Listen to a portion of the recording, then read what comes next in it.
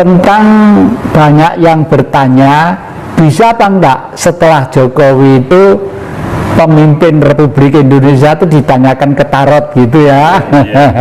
Nah, kebetulan pada waktu itu saya tidak tanya siapa RI 1 atau siapa pemimpin Indonesia. Saya hanya bertanya, ternyata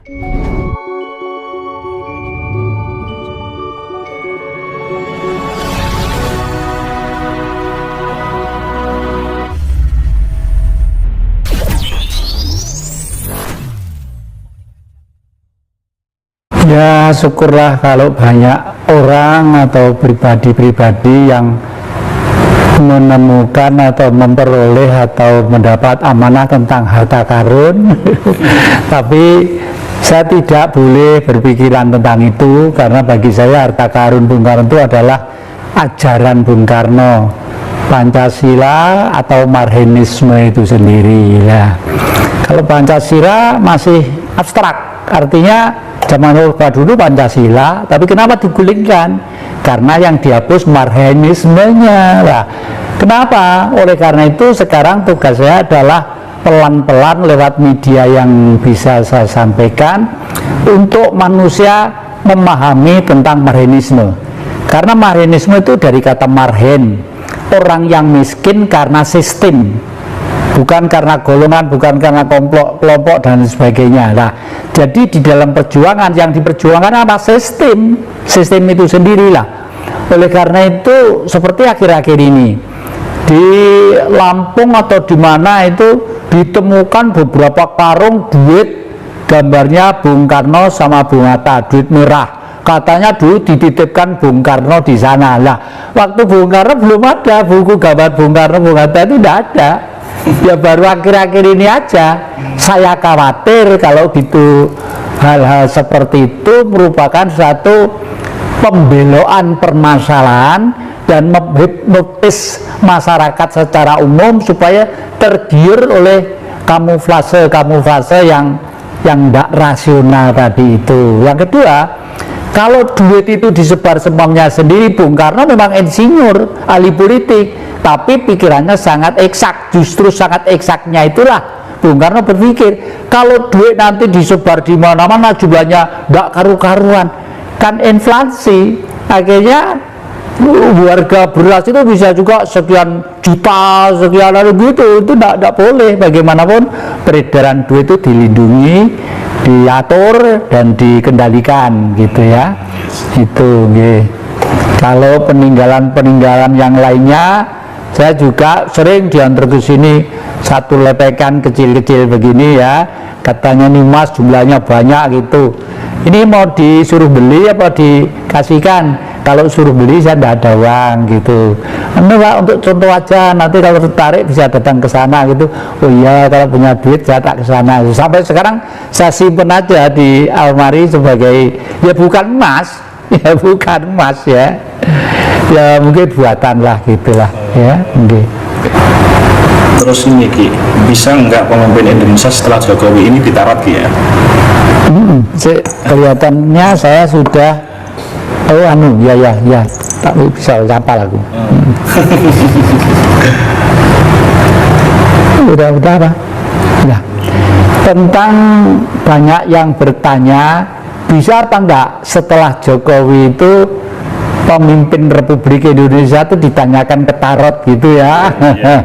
Nah, kebetulan pada waktu itu saya tidak tanya siapa RI 1 atau siapa pemimpin Indonesia. Saya hanya bertanya, ternyata jawabannya itu, maaf ya, menakutkan. Kenapa menakutkan? Karena satu, ada gambar tarot yang judulnya itu seorang jaksa yang ditutup wanita ya, ditutup matanya lalu membawa pedang dua, dipegang begini, pengadilan. Yang kedua, lalu si dungu, ada gambarnya si dungu itu seorang laki-laki yang seperti orang agak idiot tapi main-main duit begini, main-main duit. Lalu kartu yang ketiga adalah Raja Putri, artinya Indonesia tetap akan manis dan indah, tapi repotnya nanti itu kartu yang terakhir itu apa? gambarnya orang saling bertengkar gebuk-gebukan. Itu ya, setelah melihat itu kok saya itu lalu jadi masuk ke sekarang ini sudah mulai banyak orang yang kehilangan keseimbangan pikiran. Itu salah satu wujud di lapangan bahwa ternyata memang bertengkar dikarenakan butuh makan itu ternyata memang tetap ada lah. Oleh karena itu setelah itu khayalan saya baru, oh mungkin memang ini yang saya maksud, kita akan masuk dalam situasi sakit terhimpit sampai ke langit.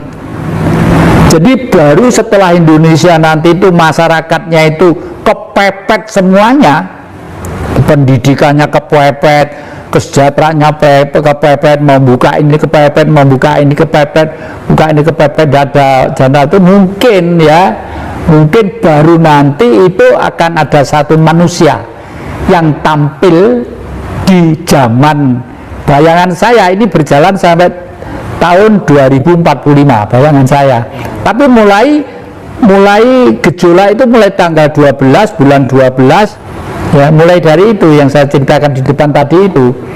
Oleh karena itu di depan nanti mungkin setelah manusia itu semakin lama semakin bingung ya, orang politik enggak, dalam tanda petik enggak kangge, orang-orang profesor doktor juga enggak dihiraukan, hanya mencari seseorang yang ngerti tentang perasaan rakyat.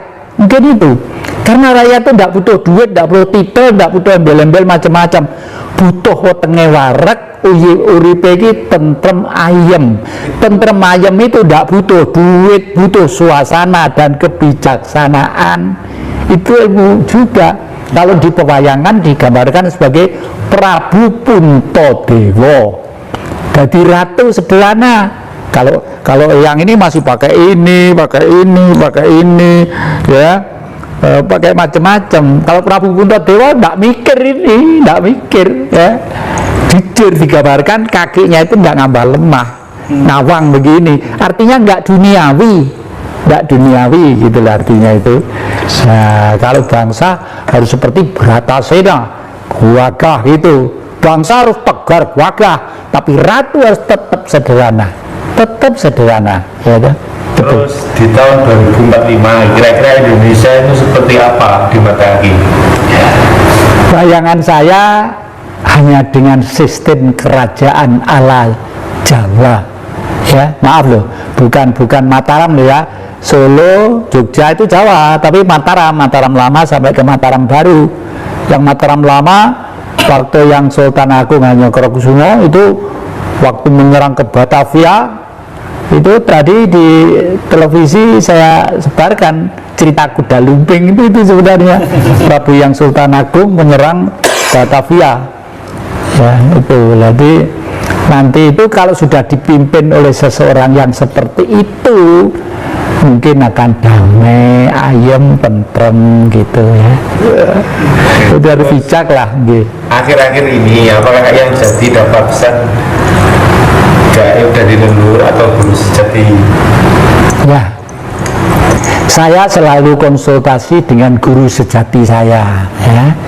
Guru itu bagi saya ada 3. Guru hidup adalah bapak dan ibu saya ya.